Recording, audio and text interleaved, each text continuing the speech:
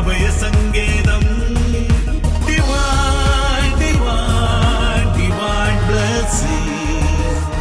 ദൈവം നൽകിയ സ്നേഹവരദാനം. Divine, divine, divine.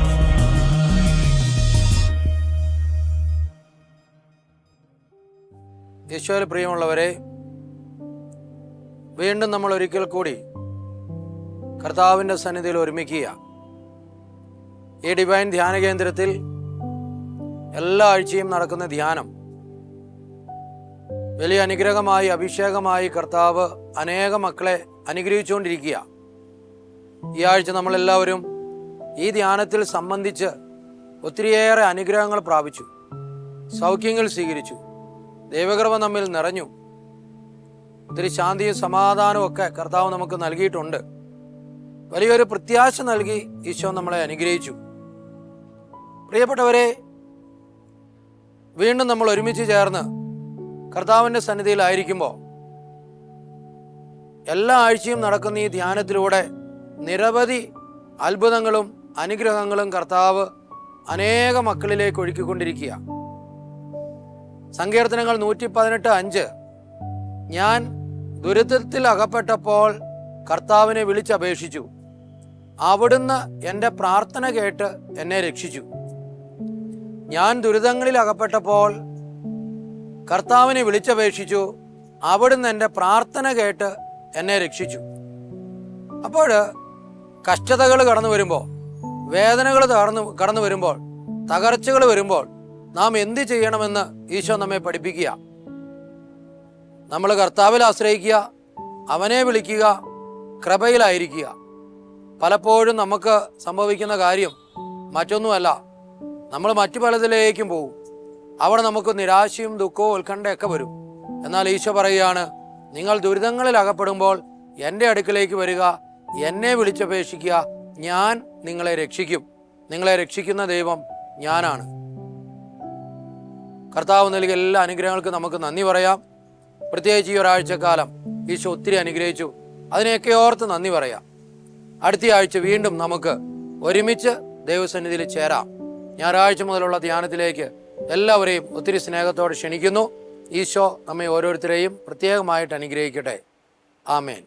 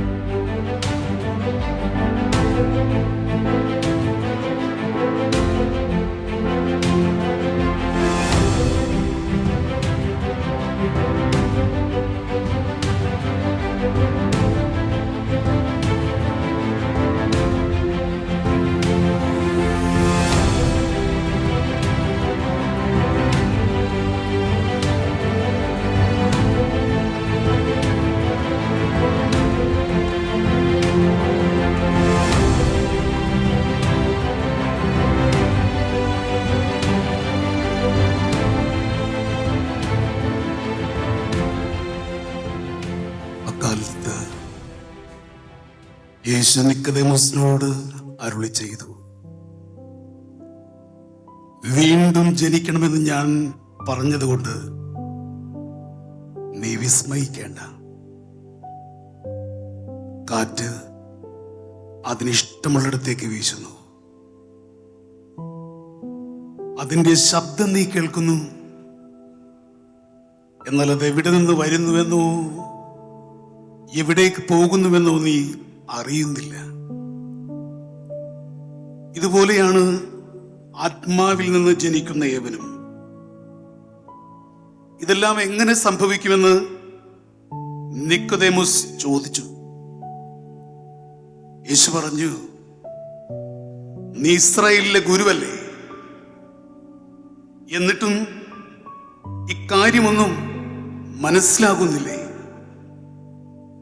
സത്യം സത്യമായി ഞാൻ നിന്നോട് പറയുന്നു, ഞങ്ങൾ അറിയുന്നവയെ പറ്റി സംസാരിക്കുന്നു, കണ്ടവയെ പറ്റി സാക്ഷ്യപ്പെടുത്തുന്നു, എന്നിട്ടും ഞങ്ങളുടെ സാക്ഷ്യം നിങ്ങൾ സ്വീകരിക്കുന്നില്ല. ഭൗമിക കാര്യങ്ങളെപ്പറ്റി ഞാൻ പറഞ്ഞത് നിങ്ങൾ വിശ്വസിക്കുന്നില്ലെങ്കിൽ സ്വർഗീയ കാര്യങ്ങൾ പറഞ്ഞാൽ എങ്ങനെ വിശ്വസിക്കും? സ്വർഗത്തിൽ നിന്ന് ഇറങ്ങി വന്ന മനുഷ്യപുത്രനല്ലാതെ മറ്റാരും ഇതുവരെ സ്വർഗത്തിൽ കയറിയിട്ടില്ല. മോശ മരുഭൂമിയിൽ സർപ്പത്തെ ഉയർത്തിയതുപോലെ തന്നിൽ വിശ്വസിക്കുന്നവന് നിത്യജീവൻ ഉണ്ടാകേണ്ടതിന് മനുഷ്യപുത്രനും ഉയർത്തപ്പെടേണ്ടിയിരിക്കുന്നു. കർത്താവിന്റെ സുവിശേഷം. ക്രിസ്തുവേ, അങ്ങേക്ക് സ്തുതി.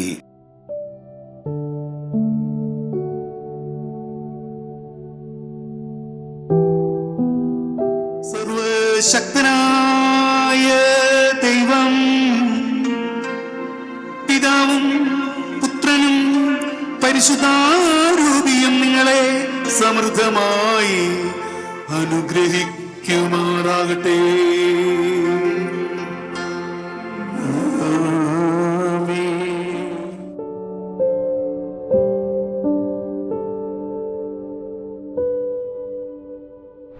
ഒരിക്കൽ ഈ തൃശ്ശൂർ ജില്ലാ ആശുപത്രിയിൽ ഒരു സഹോദരൻ അങ്ങനെ രോഗിയായി കിടപ്പുണ്ടായിരുന്നു. അയാളുടെ ചരിത്രം ചോദിച്ചാൽ പുള്ളിക്ക് അപ്പനും അമ്മയൊന്നുമില്ല, അനാഥനാണ്.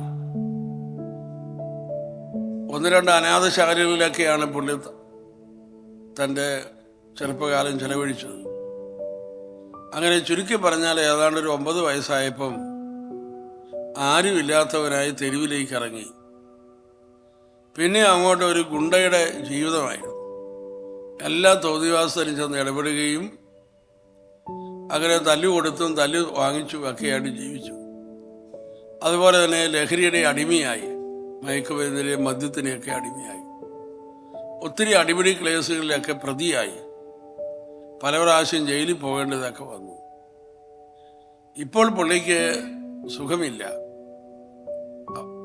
ആ പുള്ളിക്ക് ആരുമില്ല നോക്കാൻ, ആരുമില്ലാത്തൊരു മനുഷ്യൻ. അങ്ങനെ പുള്ളി ആ ഏകാന്തതയൊക്കെ അനുഭവിച്ച് ആരോ എടുത്ത് ആശുപത്രിയിലാക്കിയത് കൊണ്ട് അങ്ങനെ ഹോസ്പിറ്റലിൽ കിടക്കുകയാണ്. ഇവിടുന്ന് ധ്യാനം കഴിഞ്ഞ് പോയ 1-2 സഹോദരങ്ങൾ അവർ പതിവായി ആശുപത്രി സന്ദർശിക്കുന്ന രീതിയുണ്ട്. അങ്ങനെ അവർ ഇയാളെ കണ്ടുമുട്ടി. അവർ ഇയാൾക്ക് വേണ്ട ശുശ്രൂഷകളൊക്കെ ചെയ്തു കൊടുത്തു. അങ്ങനെ അവിടുന്ന് ഡിസ്ചാർജ് ചെയ്തപ്പോൾ പുള്ളിക്കാരനെ കൊണ്ട് ഇവിടെ വന്നു. ഇവിടെ ധ്യാനത്തിലിരുന്നു. പുള്ളിക്ക് യേശുവിനെ കുറിച്ചോ ബൈബിളിനെ കുറിച്ചോ ഒന്നും ഒരു വിവരമില്ല, ഒരു പ്രാർത്ഥന അറിയാനും പാടില്ല. അങ്ങനെ ഇവിടെ ഇരുന്ന് കഴിഞ്ഞപ്പോൾ പുള്ളിക്കാരന് മനസ്സിലായി ഈശോയുടെ കൂടെ പ്രാർത്ഥിക്കാൻ കഴിയും, ഈശോ നമ്മുടെ ഹൃദയത്തിലുണ്ടെന്ന്. അങ്ങനെ ധ്യാനം കഴിഞ്ഞ് ഇവിടുന്ന് പോകുമ്പോൾ അവൻ്റെ ഉള്ളിൽ വലിയ സന്തോഷവും സംതൃപ്തിയും. Hallelujah.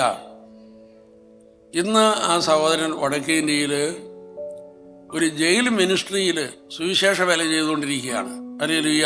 Divine, divine, divine blessing.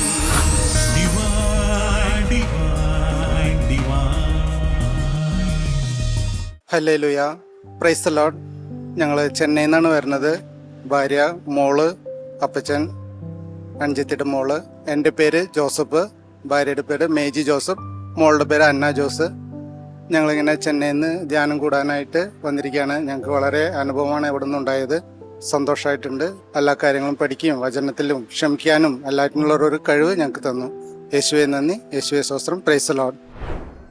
ദൈവം യേശുവിനെ ഈ ലോകത്തിൽ മനുഷ്യനായി അവതരിക്കാനായിട്ട് ഈ ലോകത്തിലേക്ക് പറഞ്ഞയച്ചപ്പോൾ ദൈവം ആഗ്രഹിച്ച കാര്യം എന്താണെന്ന് പ്രത്യേകം ഈ തിരുവചനത്തിൽ വെളിപ്പെടുത്തിയിട്ടുണ്ട്. മത്തായി സുവിശേഷം 1-ാം അധ്യായം 21-ാം തിരുവചനത്തിൽ ദൈവത്തിൻ്റെ ദൂതൻ ജോസഫിന് പ്രത്യക്ഷപ്പെട്ട് അവനോട് ഇപ്രകാരം പറഞ്ഞു: അവൾ ഒരു പുത്രനെ പ്രസവിക്കും, നീ അവന് യേശു എന്ന് പേരിടണം.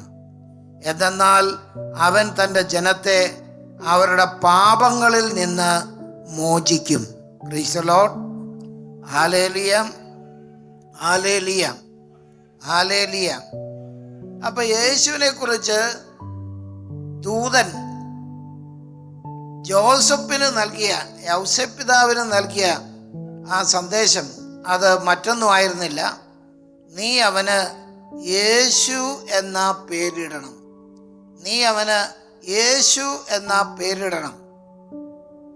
എന്നിട്ട് പറഞ്ഞു, അവൻ തൻ്റെ ജനത്തെ പാപത്തിൽ നിന്ന് മോചിപ്പിക്കും. Praise the Lord. Hallelujah, hallelujah, hallelujah.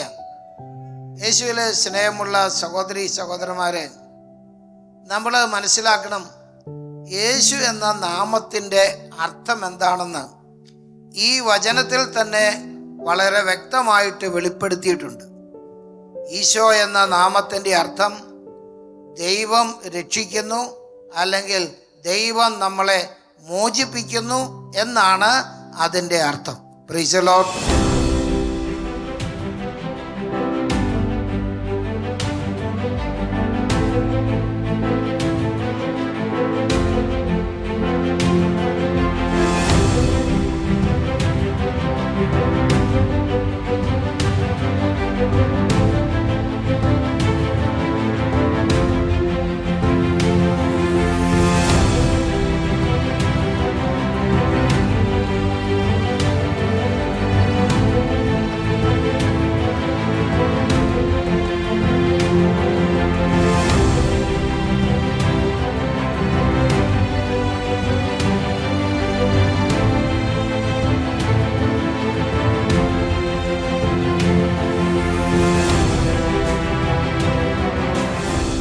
എൻ്റെ പേര് അലീന എബ്രഹാം. ഇതെൻ്റെ അനീത്തിയാണ്, ഇതെൻ്റെ കസിനാണ്. ഞാൻ ഇടുക്കിയിൽ നിന്ന് വരുന്നു, ഇവിടെ എറണാകുളം അവിടെ നിന്നാണ് വരുന്നത്. ഞങ്ങൾ ആദ്യമായിട്ടാണ് ഡിവൈനിൽ വരുന്നത്. ഞങ്ങൾ പരിശുദ്ധാത്മാനെ കുറേ അധികം അറിയുകയും മനസ്സിലാക്കുകയും ചെയ്തു. ഞങ്ങൾ ഇനിയും സാധിക്കുന്ന ദിവസങ്ങളെല്ലാം ഞങ്ങൾ ഇവിടെ വരാൻ ശ്രമിക്കും. ഈശോയ്ക്ക് ഒരുപാട് നന്ദി പറയുന്നു. വചനം പറയുന്നു, നീ കർത്താവിൽ ആശ്രയിക്കുക, നീ കർത്താവിൽ ആശ്രയിക്കുക. നീ പോലും അറിയാതെ ദൈവം നിന്റെ ജീവിതത്തിൽ ഇടപെടും. സ്നേഹമുള്ളവർ, നാം പോലും അറിയാതെ നമ്മുടെ ജീവിതത്തിൽ എത്രയോ അപകടങ്ങളിൽ നിന്ന്, എത്രയോ രോഗപീഠകളിൽ നിന്ന് ദൈവം നമ്മെ രക്ഷിക്കുന്നു, നാം അറിയുന്നില്ല. ഇവര് പോലും അറിയാതെ സ്നേഹമുള്ളവരെ ആ രോഗാവസ്ഥയിൽ ദൈവം പൂർണ്ണ സൗഖ്യം നൽകുകയാ. നമ്മുടെ അനുദിന ജീവിതത്തിൽ, നമ്മുടെ യാത്രകളിൽ സ്നേഹമുള്ളവരെ നാം എത്രയോ സുരക്ഷിതരാണ്. പത്രമെടുത്ത് വായിക്കുമ്പോൾ കാണാം എത്രയോ അപകടങ്ങള്, എത്രയോ പ്രതിസന്ധികള്. നാം അവിടെ നിന്നൊക്കെ രക്ഷപ്പെട്ടിരിക്കുക. നാം പോലും അറിയാതെ ദൈവം നമ്മെ സംരക്ഷിക്കുക. സ്നേഹമുള്ളവർ, നമ്മുടെ ചുറ്റുപാടും ഒന്ന് കണ്ണോടിച്ച് എത്രയോ രോഗികൾ, നമുക്ക് പല രോഗങ്ങളും ഉണ്ട്, എന്നാലും നമുക്കില്ലാത്ത പല രോഗങ്ങളും മറ്റു പലർക്കും ഇല്ലേ. എത്രയോ ഒരു ഹോസ്പിറ്റലിലേക്ക് ഒന്ന് പോയി നോക്കിക്കേ, ഗവൺമെന്റ് ഹോസ്പിറ്റലിലേക്ക് ഒന്ന് പോയി നോക്കിക്കേ. സ്നേഹമുള്ളവരെ, നാം സുരക്ഷിതരായിട്ടിരിക്കുക, നാം സുരക്ഷിതരായിട്ടിരിക്കുക. നാം പോലും അറിയാതെ ദൈവം നമ്മെ താങ്ങുകയാ, നാം പോലും അറിയാതെ ദൈവം നമ്മെ സംരക്ഷിക്കുകയാ. നീ കർത്താവിൽ ആശ്രയിച്ചു, അവിടുന്ന് നിന്നെ കൈവിടില്ല. നാം പോലും അറിയാതെ ദൈവം നമ്മെ താങ്ങുന്നു, നമ്മെ സംരക്ഷിക്കുന്നു. Divine, divine, divine blessing. Divine, divine, divine. എൻ്റെ പേര് ആൻഡ്രോസ് എന്നാണ്. എൻ്റെ കസിനാണ്. ഇവളുടെ പേര് അലോന. ഞങ്ങൾ ആദ്യമായിട്ട് ഡിവൈനിൽ വന്നത് പപ്പ പറഞ്ഞിട്ടാണ് ഇവിടെ വന്നത്. ആദ്യം വരാനായിട്ടൊക്കെ ഇത്തിരി ബുദ്ധിമുട്ടുണ്ടായി. പക്ഷെ ഇവിടെ വന്നേ പിന്നെ വളരെ നല്ലതായിരുന്നു. ഈശോനെ പറ്റി അറിയാനും പരിശുദ്ധാത്മാവിനെ പറ്റി അറിയാനും ഒക്കെ ഞങ്ങൾക്ക് സാധിച്ചു. ഇനിയും ഒരു വെക്കേഷൻ ഉണ്ടാവുമ്പോൾ ഞാൻ ഇവിടെ വന്ന് പ്രാർത്ഥിക്കുകയും ചെയ്യുന്നതായിരിക്കും.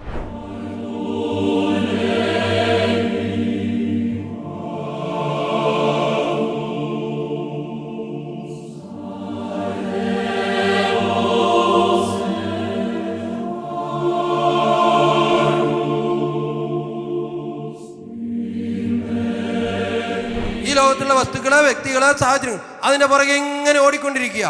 ഓടി ഓടി ഓടി ഓടി അവസാനം മനുഷ്യൻ അവിടെ തളർന്നു വീഴുകയാ. Hallelujah, hallelujah. അവിടെ വീണ്ടും നിരാശയാവുകയാ. നിരാശ കടന്നു വരിക, ആ ദുഃഖം കടന്നു വരിക. അത് മനുഷ്യനെ എന്നേക്കുമായി തളർത്തിക്കളയുന്നു. ഈ ലോകം നൽകുന്നതെല്ലാം അതിനൊരു ലിമിറ്റുണ്ട്. ഒരു ലിമിറ്റ് വെച്ചുകൊണ്ടാണ് ഈ ലോകം നൽകുന്നത്. കാരണം അതിന് അത്രയും നൽകാൻ പറ്റൂ. 10 രൂപ കയ്യിലിരിക്കുന്നവന് 11 രൂപ കൊടുക്കാൻ പറ്റൂലല്ലോ. പറ്റുമോ? പറ്റത്തില്ല. എനിക്ക് വേണ്ടത് 20 രൂപയാ. തൃപ്തിപ്പെടുത്താൻ പറ്റുമോ? പറ്റൂല. പകുതി പോലും എനിക്ക് ലഭിച്ചിട്ടില്ല. അത് കിട്ടിയോ? കിട്ടി. ഒന്നുമില്ല. പ്രിയപ്പെട്ടവരെ, ഈ ലോകത്തിന്റെ ഒരു പ്രത്യേകത അതാണ്. എന്നാൽ കർത്താവ് നൽകുന്നതെല്ലാം നിത്യമാണ്. അത് ഒരിക്കലും അവനിൽ നിന്ന് അവളിൽ നിന്ന് എടുത്തു മാറ്റപ്പെടുകയല്ല. തരുന്നത് പൂർണ്ണതയിൽ കർത്താവ് തരും. നമ്മൾ വാങ്ങാൻ ഒരുക്കമാണോ എന്നുള്ളതാണ് ഏറ്റവും പ്രധാനപ്പെട്ട ഒരു കാര്യം. Hallelujah, hallelujah.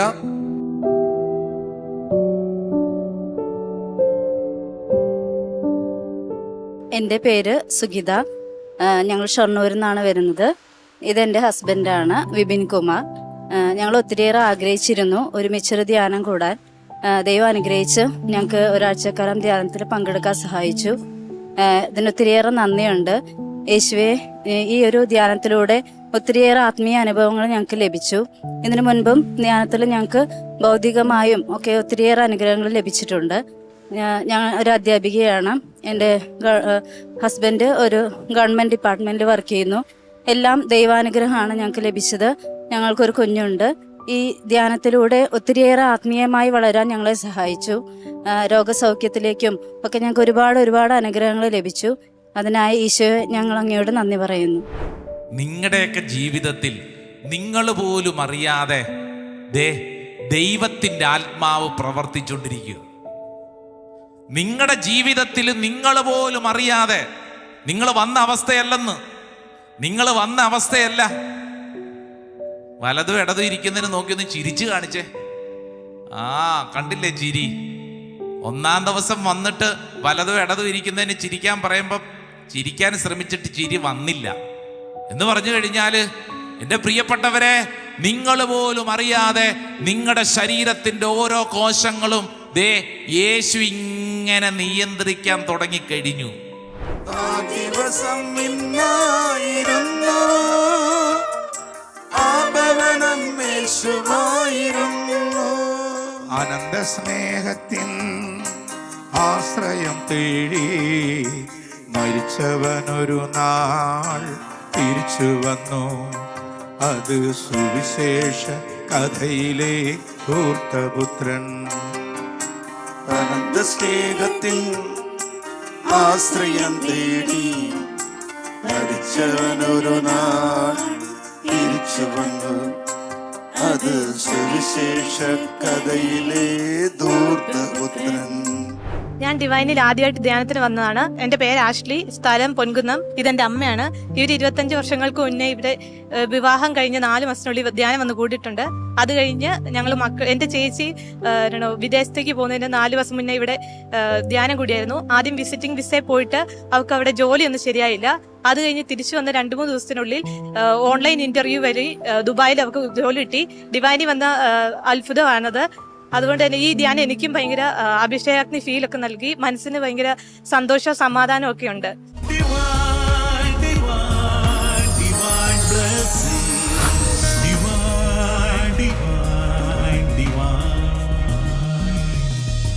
സങ്കീർത്തനം 49 7-ലും 8-ലും പറഞ്ഞിരിക്കുന്ന വചനം നിങ്ങളൊന്ന് ധ്യാനിക്കണം. സങ്കീർത്തനം 49 7-ലും 8-ലും പറഞ്ഞിരിക്കുന്ന വചനം ഒന്ന് ധ്യാനിക്കുക. ഞാൻ വായിക്കാം. തന്നെ വീണ്ടെടുക്കാനോ സ്വന്തം ജീവന്റെ വില ദൈവത്തിന് കൊടുക്കാനോ ആർക്കും കഴിയുകയില്ല. ജീവന്റെ വിടുതൽ വില വളരെ വലുതാണ്, അത് എത്രയായാലും തികയുമില്ല. ഹല്ലേലൂയ.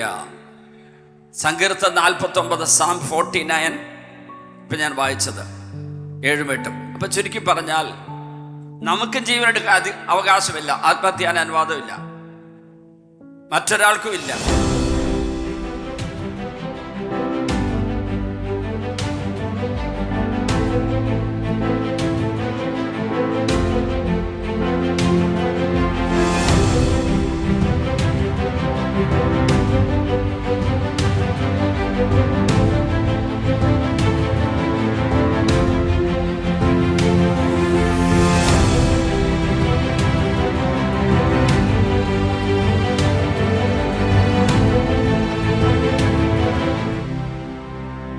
എൻ്റെ പേര് മനു. ഞാൻ എറണാകുളത്ത് നിന്ന് വരുന്നു. ഇതെൻ്റെ ഭാര്യ പ്രിൻസി, ഞങ്ങളുടെ മകൻ ജോർജി മനു. ഞങ്ങൾ ഈ ധ്യാനത്തിൽ പങ്കെടുക്കുന്നത് ഇതിപ്പോൾ 3-ാമത്തെ 4-ാമത്തെ ധ്യാനമാണ്. വളരെ നന്നായിരുന്നു. അതുമാത്രമല്ല, നമുക്ക് ഇവിടെ നിന്ന് കിട്ടിയ വളരെ ആത്മീയ സന്തോഷവും അതുപോലെ തന്നെ വളരെ നല്ലൊരു അനുഭൂതിയും എല്ലാം കൊണ്ടും നന്നായിരുന്നു. പിന്നെ ഞങ്ങൾക്ക് ഇവിടുന്ന് കിട്ടിയ ഏറ്റവും വലിയൊരു അനുഗ്രഹം എന്ന് പറഞ്ഞാൽ വചനം നന്നായി പരിശുദ്ധാത്മാവിൻ്റെ അനുഭവത്തിൽ പഠിക്കാൻ പറ്റി എന്നുള്ളതാണ്. വളരെ സന്തോഷം. ഒരു യൂണിവേഴ്സിറ്റിയും എന്നെ സഹായിച്ചിട്ടില്ല. ഞാൻ വിദേശത്താണ് പഠിച്ചത്. ഒരു യൂണിവേഴ്സിറ്റി ഇങ്ങനൊരു യേശുവിനെ കുറിച്ച് എന്നോട് പറഞ്ഞിട്ടില്ല. നീ പാപം ചെയ്തിട്ടുണ്ടോ? കം ബാക്ക്, മടങ്ങുക. നിന്നെ കാത്തിരിക്കുന്ന ഒരു യേശു ഉണ്ട്. നിനക്ക് ചെരുപ്പ് തരും, നിനക്ക് മോതിരം തരും, നിനക്ക് മേലങ്കി തരും. നിന്റെ മടങ്ങിയ വരവിൽ സന്തോഷിക്കാൻ അയൽപ്പക്കങ്ങൾ ഉണ്ടാകും. അന്ന് സ്വർഗത്തിൽ വലിയ ആനന്ദമുണ്ടാകും. മലേകമാർ, ക്രോവേന്മാരും സാപ്പന്മാരും ആനന്ദ നൃത്തം ആലപിക്കും. Come back, just come back. തിരിച്ചു വാടാ കുഞ്ഞ്, സുബോധത്തിലേക്കൊന്ന് നടക്കടാ കുഞ്ഞ്. ഒരു മനുഷ്യൻ അവന്റെ ബോധത്തിൽ നിന്ന് ദൈവത്തിന്റെ സഹായത്തോടുകൂടി സുബോധത്തിലേക്ക് നടന്നു കയറുന്ന അനിർവചനീയമായ അനുഭവത്തിന്റെ പേരാണ് മനസാന്തരം, കുംഭസാരം, അനുതാപം.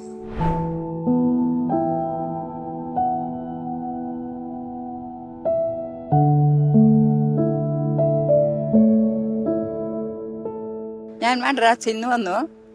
എൻ്റെ പേര് മേരി. ധ്യാനം വളരെ നന്നായിട്ടുണ്ടായിരുന്നു. എല്ലാവരോടും ക്ഷമിക്കുവാനുള്ള കൃപ ലഭിച്ചു. സന്തോഷമായി. വിജാതീയരായ മനുഷ്യര് കേട്ടുകൊണ്ടിരിക്കുക, പത്രോസ്ലീഹ പ്രസംഗിക്കുക. ആ പ്രസംഗം കേട്ടുകൊണ്ടിരുന്നവരിൽ മാറ്റങ്ങൾ ഉണ്ടാകുന്നു. അവരുടെ വിചാരങ്ങൾ മാറുന്നു, വിശ്വാസങ്ങൾ മാറുന്നു. അവർ സ്നാനമേറ്റ് ക്രിസ്തീയ സഭയിലേക്കാകും.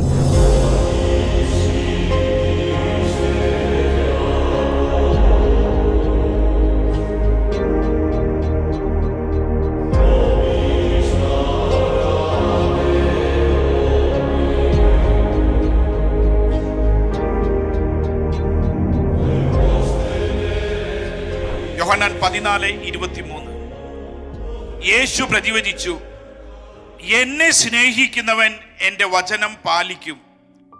അപ്പോൾ എൻ്റെ പിതാവ് അവനെ സ്നേഹിക്കുകയും ഞങ്ങൾ അവൻ്റെ അടുത്ത് വന്ന് അവനിൽ വാസം ഉറപ്പിക്കുകയും ചെയ്യും. Price the Lord.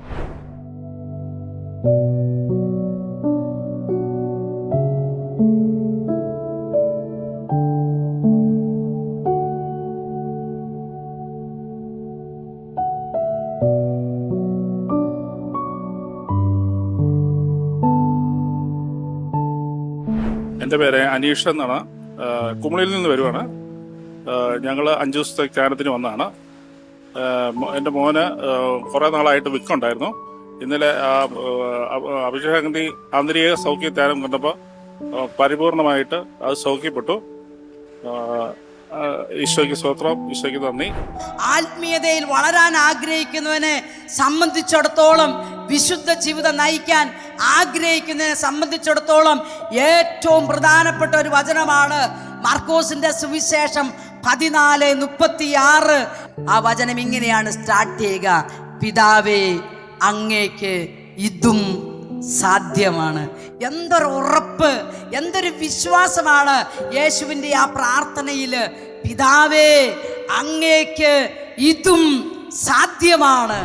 എൻ്റെ പേര് ജൂലിയ, ഇതെൻ്റെ സിസ്റ്റർ ലോലിതയാണ്. ഞങ്ങൾ ട്രിവാൻഡ്രത്തിൽ നിന്നാണ് വരുന്നത്. ഞങ്ങൾ ഫസ്റ്റ് ടൈമാണ് ഡിവൈനിലോട്ട് വരുന്നത്. ഞാൻ ഒത്തിരി കേട്ടിട്ടുണ്ട് ഡിവൈനിനെ പറ്റി. ഇവിടെ യേശുവിൻ്റെ അരൂപിയുണ്ടെന്നും യേശുവിൻ്റെ ആത്മാവുണ്ടെന്നും ഒത്തിരി കേട്ടിട്ടുണ്ട്. പക്ഷെ ഇത് ആദ്യത്തെ അനുഭവമാണ്. ഇവിടെ വന്നപ്പോൾ വളരെ സന്തോഷമായി.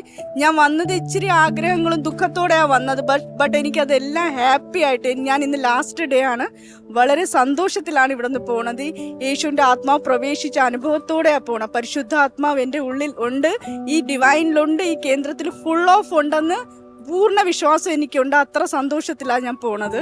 Okay, thank you. ഞാൻ ഇതിനെക്കുറിച്ച് എനിക്ക് വലിയ അറിവൊന്നും ഇല്ലായിരുന്നു. അപ്പോൾ എൻ്റെ സിസ്റ്റർ ഇങ്ങനെ അറിഞ്ഞു.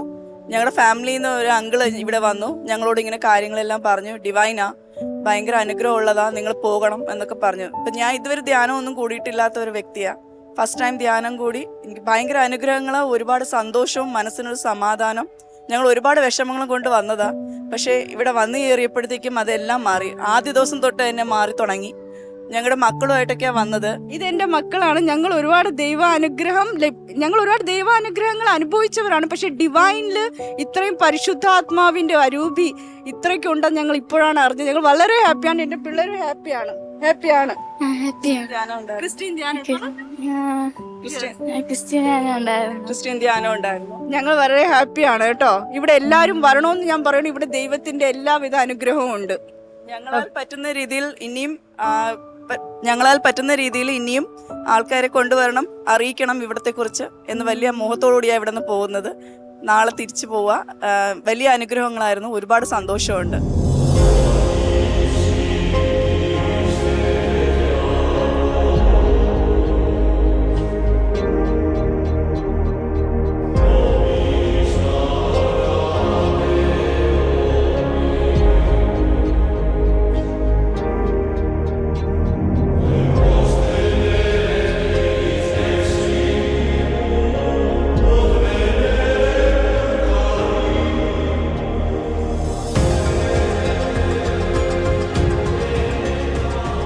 രോഗങ്ങളുണ്ടായപ്പോൾ സങ്കീർത്തകൻ ഏറ്റുചൊല്ലി പ്രാർത്ഥിച്ച സങ്കീർത്തനമുണ്ട്. അത് ഇന്ന് സഭ നമുക്കൊരു സങ്കീർത്തന മാലയായി, ആ തരത്തിലുള്ള മേഖലകളെല്ലാം എടുത്തൊരു സങ്കീർത്തന മാലയായി നൽകിയിട്ടുണ്ട്. രോഗങ്ങളുണ്ടാകുമ്പോൾ ഈ സങ്കീർത്തനം ഏറ്റുചൊല്ലുന്നതും ഒത്തിരിയേറെ രോഗങ്ങൾ സുഖപ്പെടുന്നതും സഭയിൽ ഇന്നും കണ്ടുകൊണ്ടുവരുന്ന കർത്താവിൻ്റെ അത്ഭുതകരമായ പ്രവൃത്തിയാണ്. നമുക്ക് ആ സങ്കീർത്തനം ഏറ്റുചൊല്ലി പ്രാർത്ഥിക്കാം. നിങ്ങൾ ഏറ്റുചൊല്ലുന്ന സങ്കീർത്തനം 41-ാമത്തെ സങ്കീർത്തനം 4-ാമത്തെ വചനമാണ്. നിങ്ങളിപ്പോൾ മാത്രമല്ല, വീടുകളിലാണെങ്കിലും രോഗികളായി മാറുമ്പോൾ ഈ സങ്കീർത്തനം ഏറ്റുചൊല്ലി പ്രാർത്ഥിക്കാം. കർത്താവേ, എന്നോട് കൃപ തോന്നണമേ, എന്നെ സുഖപ്പെടുത്തണമേ. ഞാൻ അങ്ങേക്കെതിരായി പാപം ചെയ്തു പോയി.